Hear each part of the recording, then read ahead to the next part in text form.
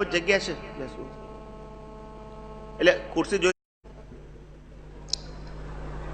જિંદગીની અંદર અનેક આવા ધાર્મિક પર્વો ભારતીય વર્ષમાં આવતા હોય છે, ઉજવાતા હોય છે અને આપણે બધા એની અંદર એક યા બીજા પ્રકારે લાભ લેતા હોઈએ છીએ.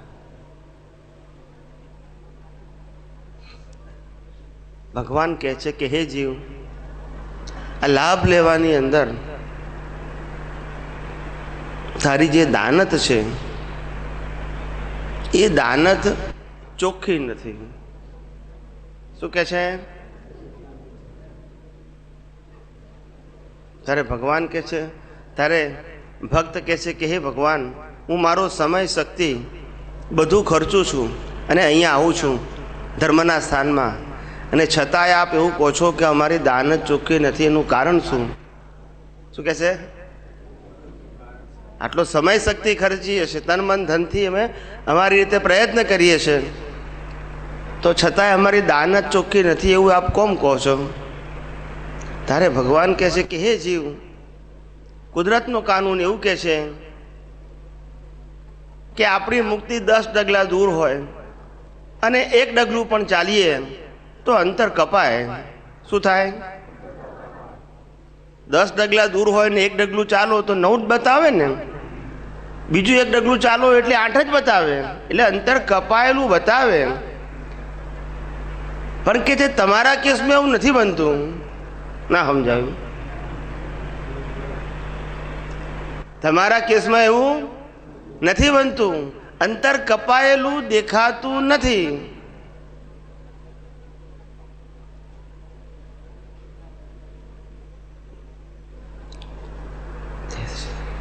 તો ભક્ત પૂછે છે, ભગવાન ક્યાં અમારી ભૂલ છે? ક્યાં અમારી? તો ભગવાન કહે છે ભૂલ ક્રિયા રૂપે નથી. કયા રૂપે નથી? ભૂલ દાનત રૂપે છે. શેના રૂપે છે? ઉપર બેહો જ બેહો. ઓકે. ભૂલ ક્રિયા રૂપે નથી, દાનત રૂપે છે. ભગવાન ક્યાં અમારી ભૂલ છે? તો ભગવાન કહે છે તમારી ભૂલ કઈ છે કે જે મહત્વ તમે સંસારને આપો છો, સંસારના તમામ પ્રકારના સંબંધો, સત્તા, સંપત્તિ માટે જે આપો છો ઇમ્પોર્ટન્સ તમારી દ્રષ્ટિમાં, એવું ઇમ્પોર્ટન્સ મુક્તિને આપતા નથી. જોઈએ છે ખરી પણ ઇમ્પોર્ટન્સ લક્ષ્મી સાહેબ જોઈતી નથી પણ ઇમ્પોર્ટન્સ છે. ના સમજાયું? એટલે કે છે કે આની અંદર આપણી દાનત ખોરી છે. શું છે? એટલે રિઝલ્ટ નથી આવતું. સમજણ સાચી છે પણ દાનત ખોરી છે. જ્ઞાની કહે છે અમે તો તમારા ભાવ જોઈએ છે. શું જોઈએ છે? તમારો આશય જોઈએ છે, ઇન્ટેન્શન જોઈએ છે, એવું તમને ફળ મળે છે. તમે કેવી ક્રિયા કરો છો એવું ફળ મળતું નથી. ક્રિયા તો પોતે જ ફળ છે. શું છે? પછી ફળનું ફળ ના આવે, પણ ક્રિયા કરતી વખતે તમારો ભાવ શું છે, તમારો આશય શું છે, એ તમારું નવું સર્જન છે ને એનું શું આવે છે? રિઝલ્ટ આવે છે. એટલે આશય જે છે આપણો, એ આ કાળની અંદર ને આ શરીરના સ્વાસ્થ્યની અંદર ધીમે ધીમે માનસિક રીતે નબળો પડતો જાય છે. ખરેખર કેવો થવો જોઈએ? મજબૂત થવો જોઈએ. કારણ કે આપણો જે આશય છે એને આ દેહાધ્યાસ સાથે કોઈ સંબંધ નથી. ગમે તેવી ઉંમર હોય, ગમે તેવી અવસ્થા હોય, અંદરનો નિશ્ચય, અંદરનો દાનત, અંદરનો ભાવ એ આપણો દિવસે દિવસે મુક્તિ તરફનો વર્ધમાન થવો જોઈએ.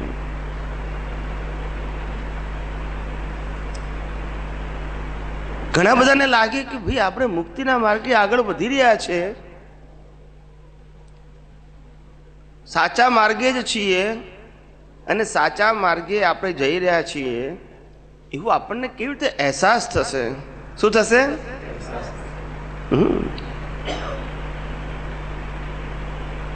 તો જેવો અને જેટલો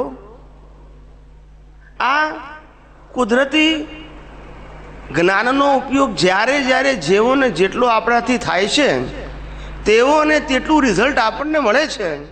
એક ભાઈએ બહુ સુંદર કીધું, મને કહે છે કે આત્મા અનંત સુખવાળો છે સાહેબ, એવું શાસ્ત્રોમાં લખ્યું છે, જ્ઞાનીએ કહે છે, આપ પણ કહો છો અને અમે માનીએ છીએ ખરા, પણ કે એ અનુભવ કેવો? મને પૈસામાં આનંદ થાય છે એનો અનુભવ ખબર છે, આઈસ્ક્રીમ ખાવાથી આનંદ થાય છે એનું ખબર છે, સારા કપડાં પહેરવાથી કેવો આનંદ થાય છે મને ખબર છે, કોઈ માન આપે તો કેવો આનંદ થાય એ મને ખબર છે, પણ આત્મામાંથી કેવો આનંદ થાય એનો અનુભવની ખબર. એટલે થયો કે ના થયો કે જ ખબર પડે.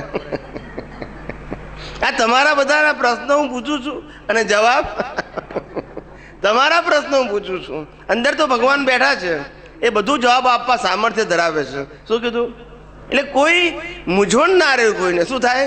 કોઈ પણ એંગલથી પ્રશ્ન પૂછવામાં કોઈને મૂંઝવણ ના રહે, અથવા તો પ્રશ્ન ના પૂછાયો હોય તો એ એંગલનો જવાબ આપણને મળી જાય. એટલે કે ભગવાન તો અમારી ભૂલ ક્યાં છે? સમજાય છે? આપણે ક્યાં વાત અટકી હતી? આત્માના સુખનો અનુભવ કોને કહેવાય અથવા કેવો કહેવાય કે જેથી અમને ખબર પડે કે અનુભવ થયો અથવા તો ના થયો, અથવા તો ઓછો થયો કે વધતો થયો. એ ખબર કેવી રીતે પડે? પારાશીથી. ત્યારે જ્ઞાની કહે છે, હે જીવ, આત્માનો અનુભવ તો સાતત્ય રૂપે હોય છે. કેવો હોય છે? થોડો આવે ને થોડો ના આવે, વધારે હોય ને ઓછો આવે, એવું થતું નથી. આત્માના અનુભવમાં એવું નથી થતું, ભૌતિક બાબતમાં એવું થાય. શરૂઆતમાં બહુ ગરીબ હોય ને થોડા પૈસા આવે એટલે આનંદ થાય, વધારે આવે એટલે વધારે આનંદ થાય, એનાથી વધારે એટલે વધારે આનંદ થાય. પછી એક લિમિટ પછી આનંદ જેવું ના રહે, આવે છે એટલું રહે પણ આનંદ વધે નહીં. ભૌતિક બાબતની વાત છે. આત્માની બાબતમાં એવું નથી. આવી રીતે વધઘટ થતો નથી, ઓછો વધતો થતો નથી, એનું સાતત્ય હોય છે. શું હોય છે?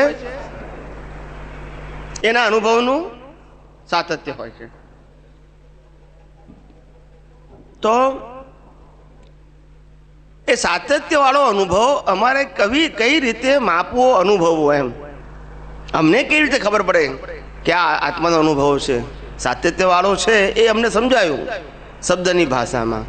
અનુભવની ભાષામાં કઈ રીતે સમજાય?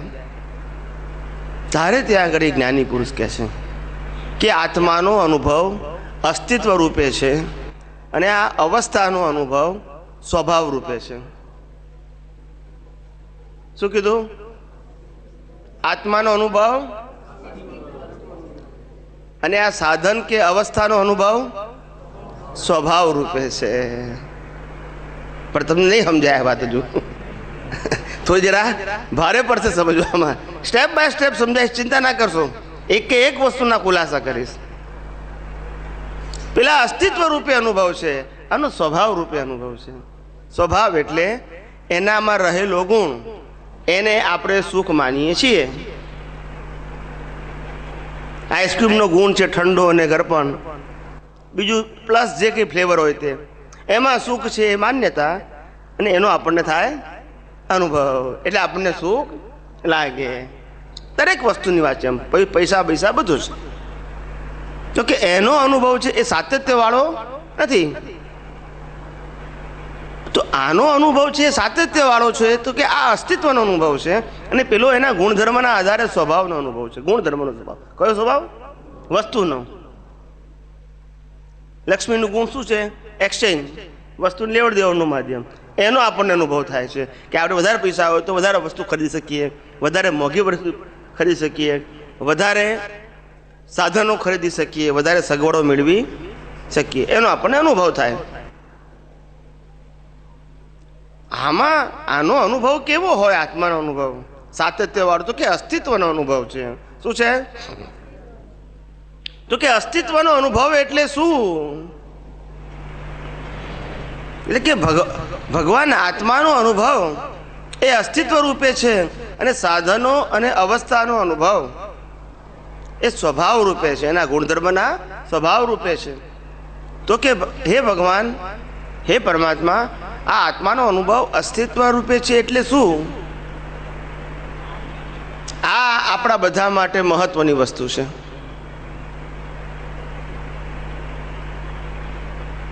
જન્મથી મોત સુધી આ પાંચેય ઇન્દ્રિયો દ્વારા જે કંઈ પણ અનુભવ કરીએ છીએ એ બધો અનુભવ એ સાધનોનો છે. શેનો છે? આત્માનો. સમજાય છે? આ બધો અનુભવ કોનો છે? સાધનોનો. આ બધો અનુભવ સાધનોનો છે. પણ આ સાધનોનો અનુભવ આત્માના અસ્તિત્વ વગર થઈ શકે? બોલતા નથી બધા. મળદું હોય એને પાંચે જ્ઞાનેન્દ્રિયોનો અનુભવ થાય? એટલે આત્માનું અસ્તિત્વ ના હોય તો આ પાંચે ઇન્દ્રિયોનો અનુભવ પાંચે ઇન્દ્રિયો કરી શકે ખરી? હોવા છતાં કરી શકે? બોલતા નથી. મળદું અનુભવ કરી શકે પણ ઇન્દ્રિયો તો છે. એટલે કિંમત અસ્તિત્વનું છે કે અવસ્થાનું છે? સમજ્યા ના સમજ્યા?